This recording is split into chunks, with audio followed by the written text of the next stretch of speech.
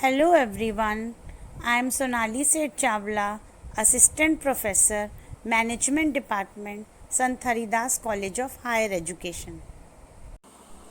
In this subject of business environment, I will discuss the monetary policy part 2.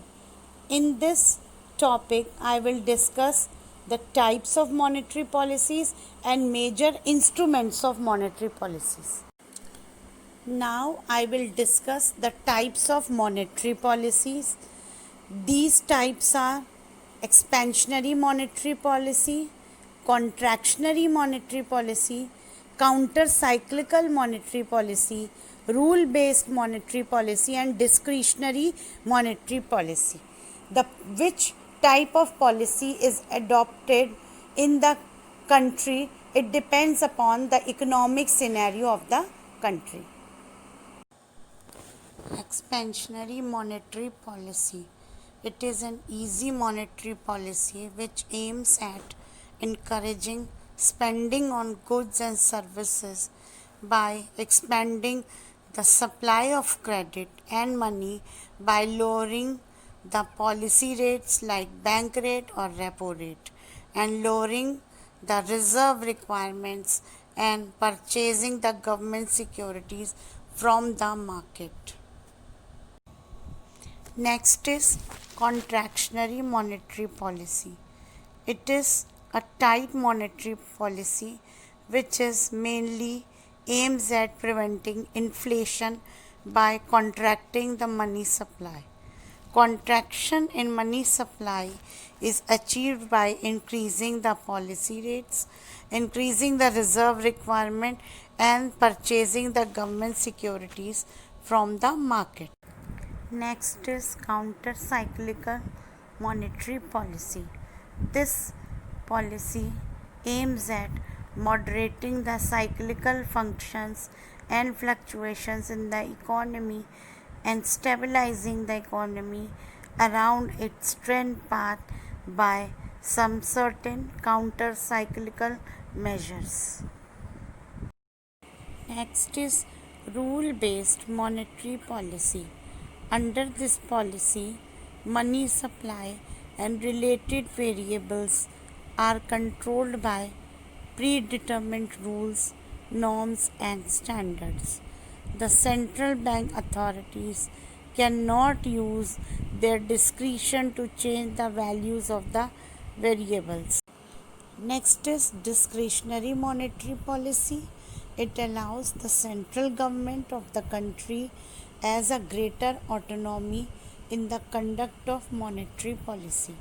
Under this policy, rather than getting constrained by preset rules, the central banks, after assessing the emerging economic situation and using its own judgment, can change the values of money supply and related variables.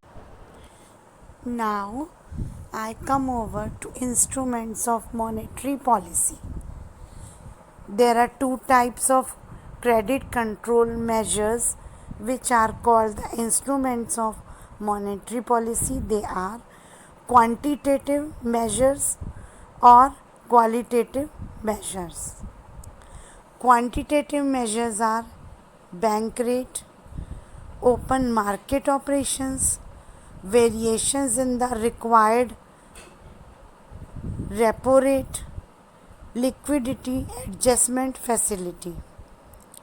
Qualitative measures are rationing of credit, margin requirement, variable interest rate, regulation of consumer licensing. Quantitative instruments are: first is bank rate. The bank rate, also known as the discount rate, it is the oldest instrument of monetary policy.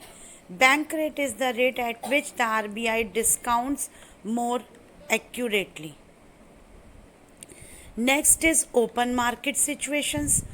Open market operations are the means of implementing monetary policy by which a central bank controls its natural money, supply by buying and selling government securities or other financial instruments.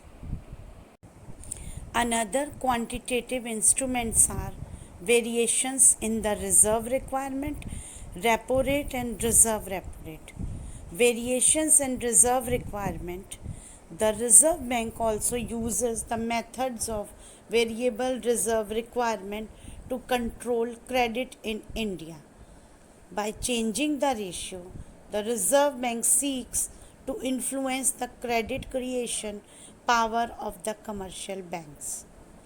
Repo rate. Whenever the banks have any shortage of funds, they can borrow it from RBI. Repo rate is that rate at which banks borrow rupees from RBI. Next is liquidity adjustment facility. It is used in monetary policy that allows banks to borrow money through repurchase agreements. This arrangement allows banks to respond to liquidity pressure and is used by governments to assure basic stability in the financial markets. Now we switch over to qualitative instruments. It's rationing of credit, margin requirements. Credit rationing is a method of controlling and regulating the purpose for which credit is granted by commercial banks. It aims to limit the total amount of loans and advances granted by commercial banks. Margin requirements. It is the difference between the market value of a security and its maximum loan value. Marginal requirement of loan can be increased or decreased to control the flow of chart. Next qualitative instrument is publicity. RBI uses media for the publicity of its views on the current market conditions and its directions that will be required to be implemented by commercial banks to control the unrest. Next is regulation of consumer credit. If there is excess demand for certain consumer durable leading to their high prices, central bank can reduce consumer credit by increasing down payment, reducing the number of installment of repayment of such credit. Next, qualitative instruments are moral suasion and direct action. Moral suasion means persuasions and request. To arrest inflationary situation, central bank persuades and requests the commercial banks to refrain from giving loans for speculative and non-essential purposes. This is there to control the inflation situation in the economy. Direct action. Under the Banking Regulation Act, the central bank has the authority to take strict action against any of the commercial bank that refuses to obey the directions given by Reserve Bank of India. Next, qualitative instruments are moral suasion and direct action. Moral suasion means persuasions and request. To arrest inflationary situation, central bank persuades and requests the commercial banks to refrain from giving loans for speculative and non-essential purposes. This is there to control the inflation situation in the economy.